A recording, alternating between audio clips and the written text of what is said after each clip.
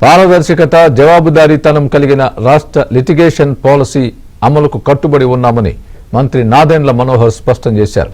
శాఖల పరిధిలో కోర్టు కేసుల నిరంతర పర్యవేక్షణకు ప్రత్యేకమైన పద్ధతిని తీసుకురానున్నామని కూడా చెప్పారు.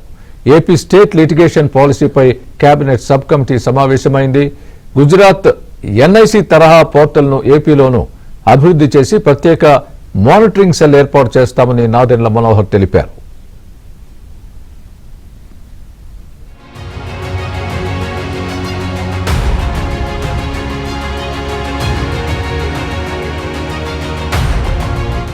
చేశారు.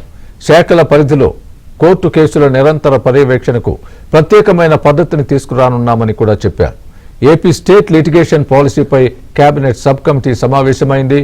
గుజరాత్ ఎన్ఐసి తరహా పోర్టల్ను ఏపీలోనూ అభివృద్ధి చేసి ప్రత్యేక మానిటరింగ్ సెల్ ఏర్పాటు చేస్తామని నాదెండ్ల మనోహర్ తెలిపారు.